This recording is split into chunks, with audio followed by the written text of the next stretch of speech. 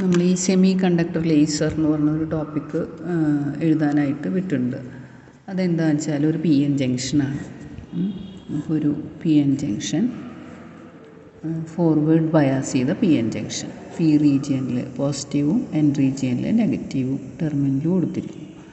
അപ്പോൾ പോസിറ്റീവ് ഹോൾസും നമുക്കറിയാം, എൻ റീജിയനിൽ നെഗറ്റീവ് ഇലക്ട്രോൺസും.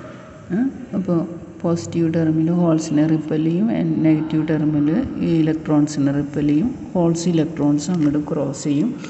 ക്രോസ് ചെയ്തുമ്പോൾ ഹോൾസ് ഇലക്ട്രോൺസും കൂടിച്ചേരുമ്പോൾ ഉണ്ടാവണം എക്സ്ട്രാ എനർജി. അതാണ് റേഡിയേഷൻ. ആ എനർജി രണ്ട് സൈഡ് നല്ലോണം പോളിഷ് ചെയ്തിട്ടുണ്ടാവും ഈ പി എൻ ജംഗ്ഷൻ ഡയോഡിൻ്റെ.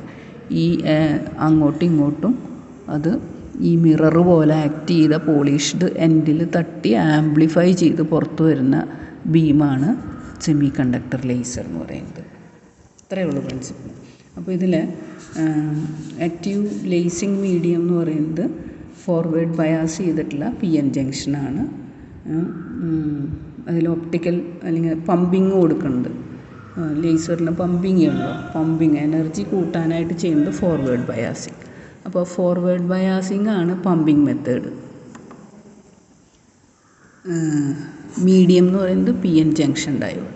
ഇപ്പോൾ P N junction diode forward bias ചെയ്ത് കഴിയുമ്പോൾ ഉണ്ടാവുന്ന ആ combination of electrons and holes ആണ്